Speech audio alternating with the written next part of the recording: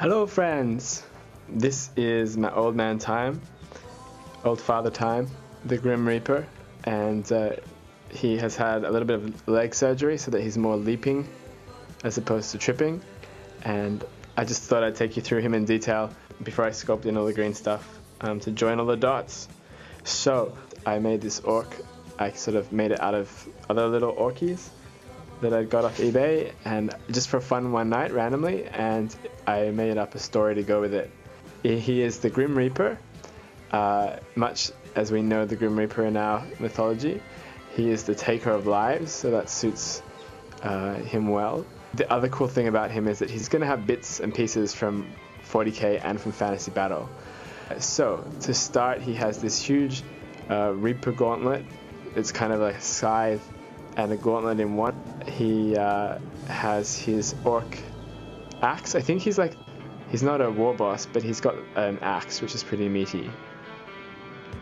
So there's that, and usually they hold the axe a lot more sort of straight up and down, and the fingers are sort of spread out more, and I've gone in here and green stuffed the fingers here so that they sort of sit more on an angle.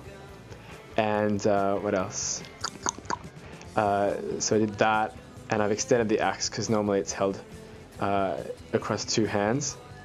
And so the idea is that he's got this wacky headdress that's actually like a standard coming out of his skull, which I thought was kind of cool. And it's the spine of something from a banner or the corpse cart maybe. I sort of have bent the arms of the skeleton forward, so you can see the skull there is actually part of the I don't know what this is, Tomb Kings? Sorry, I'm so ignorant. Post below if you know where all these parts are from. I've bent the little banners back here, little tassels, so they're like flying in the wind. And then I got some chains from Beast Hunters, I think, or Chaos, and attached them to the forearms of the skeleton, cut off its hands, and then at the end of those chains attached some spiky balls. So he probably pokes out his own eye most of the time, but no, he's too cool for that. So I'm going to take out the saw blade here and replace it with a cog and build up so this thing has like cogs all over it. And then he's trailing an hourglass, one of the bits I have, sort of attached to his trophy belt. So he's got this hourglass trailing behind him, and in his back here, and then here on the shoulder pad, I'm gonna sort of green stuff this in so that instead of being a spanner, it's an hourglass. That's his symbol. The coolest thing I want to do is on the back have cogs coming out of his back, I think. I don't want it to be too ridiculous.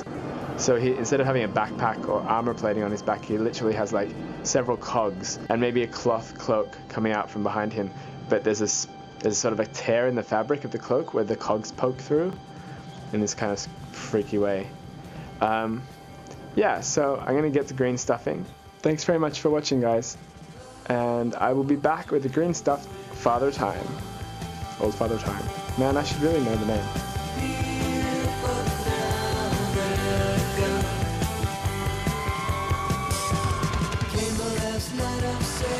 Guess what? I got a fever, and the only prescription is more cowbell.